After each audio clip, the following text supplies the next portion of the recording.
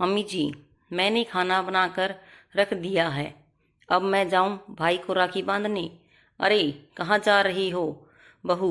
अभी तुम्हारी नंद वंशिका आ रही है। उसकी पसंद का खाना कौन बनाएगा? लेकिन मम्मी जी, मैंने तो खाना बना दिया है। और आपसे मैंने बताया था ना कि भाई कल सालों बाद आया है, मुझे राखी बांधने जाना है। लेकिन वंशिका के पसंद का खाना बनाना है। बेटी मायके आ रही है तो उसको कैसा लगेगा?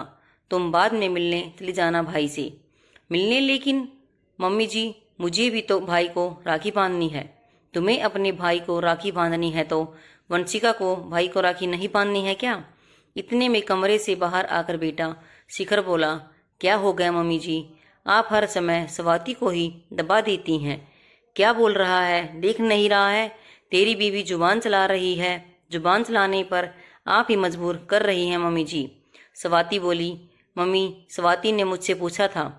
मायके जाने के लिए तो मैंने ही कहा था कि खाना वगैरह बनाकर रख दो, फिर चले जाना। तुमसे पूछा और मुझसे नहीं पूछा, इंदू जी बोली। आपसे पूछती तो कौन सा आप जाने देती, मना ही कर देती। और स्वाति का भाई तो विदेश में रहता है, 3 सालों बाद आया है, तब भी आप मना कर रही हो जाने को। और वंशिका, वंशिका तो हर दूसरे दिन आई रहती है मायके। और फिर वंशिका को राखी बांधनी है तो मैं घर पर ही हूँ, बांध देगी। आप वंशिका के लिए तो हर समय खड़ी रहती हैं और स्वाति के लिए गुस्सा दिखाने लगती है, ये क्या है? ऐसा ही वंशिका के साथ उसकी सास करे तो कैसा लगेगा? तब तो आप कहती हो वंशिका से तुम्हारी सास रोके तो तुम तो कह देना कि मुझे तो जाना ही है राखी पर मायके। और राखी ही क्या, वो तो हर वक्त मौजूद होती है यहाँ पर।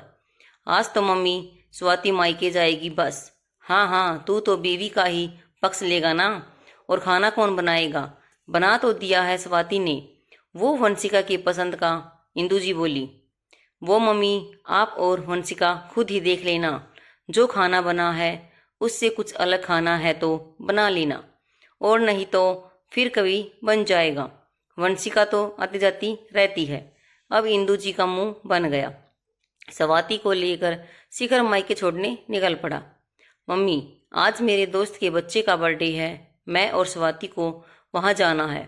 आप बता देना खाना क्या खाएंगे, स्वाति बना देगी। और नहीं तो वंशिका को बुला लीजिए, आप और वंशिका मिलकर अपनी पसंद का बना लें। अरे, वंशिका को ससुराल से कैसे बुलाएं?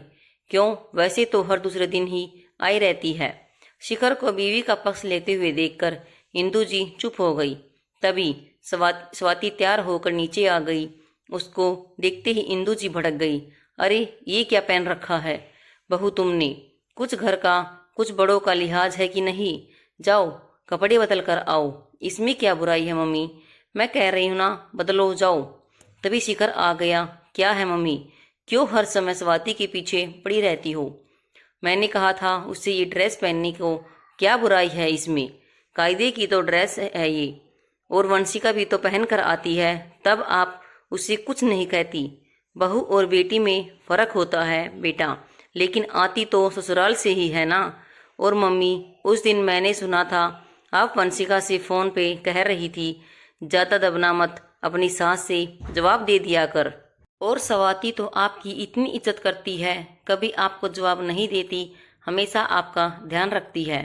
मम्मी ज़रूरत से ज़्यादा टोका टोकी नए रिश्तों में डाल डाल देती है। अभी तो बहू आपकी इज्जत कर रही है, आपको मान दे रही है, और जब पानी सिर से ऊपर चला जाएगा ना, तो फिर बहू भी जवाब देने लगेगी। फिर न कहना बहू मेरी इज्जत नहीं करती। मम्मी, आपकी बेटी जो भी करे तो ठीक है। मम्मी, स्वाति की जगह वंशिका को रख कर देखिए तो आपको समझ आएगा। आज जब वंशिका मम्मी से मिलने आई तो इंदू जी ने उसको सारी बात बताई, तो वंशिका भी सोच में पड़ गई। मम्मी, भैया कह तो ठीक ही रहे हैं। मेरी सास तो सीधी सादी है, ज़्यादा मुझको टोकती नहीं है, और कुछ कहती है तो मैं उनको जवाब दे देती हूँ। अपनी इज्जत की खातिर वो चुप ही रहती हैं। एक बार मैंने आपके ही कहने पर झटकार दिया था, तब से कम ही टोका करती है। ससुर जी ने उनको समझा दिया था कि ज़्यादा बहुओं से बोलने की ज़रूरत नहीं है, नहीं तो अपने मुंह की खाओगी, तब से कम बोलती है। मम्मी, क्यों अपनी इज्जत खराब कर रही हो?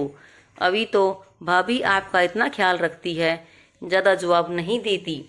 सोचो जरा तब क्या होगा जब वो आपको तड़ातड़ जवाब देगी। और भैया भी तो भाभी का पक्ष ले रहे हैं, इसलिए चुप ही रहो। समझो माँ। इंदु जी सोच में पड़ गई। हाँ वंशिका, तू ठीक कह रही है बेटा। अभी तो सब कुछ बैठे बिठाए मिल रहा है। तेरा भी मान सम्मान करती है और मुझे भी जवाब नहीं देती है। हाँ माँ, समझदार बन जाओ, नहीं तो बहू ही छिछलादार होगी। आज इंदु जी रसोई में खाना बनाने को खड़ी थी तभी स्वाति आ गई। अरे मम्मी जी, आप क्यों खाना बना रही हैं? मैं ही बना देती हूँ आज। अरे नहीं, रहने दीजिए। अरे बेटा, तेरे आने से पहले तो मैं ही इस घर का सब कुछ करती थी ना। अब कुछ नहीं करूँगी तो सब भूल जाऊंगी और आदत भी छूट जाएगी। इसलिए सोच रही हूँ थोड़ा करती रहूँ, आदत भी बनी रहेगी और तुम्हें भी सारा मिल जाएगा। अरे मम्मी जी, आप आराम करिए।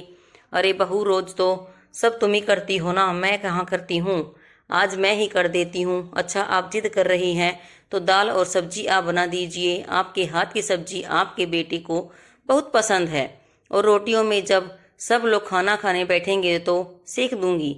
ठीक है बहू। अरे बहू सुनो, बेटा मुझे माफ़ कर देना। बेटा, मैंने वंशिका और तेरे में बहुत फ़र्क किया है। नहीं मम्मी जी, आप ही हमारी मम्मी की जगह हो। बड़े माफ़ी मांगने नहीं होते, बस प्यार देते हैं। बस आप अपनी बताते जाइए और मैं करती जाऊंगी। हाँ, अब से मैं तुम्हारी हेल्प कराया करूंगी बेटा। और फिर क्या, दोनों सास बहू मुस्कुरा दी। धन्यवाद।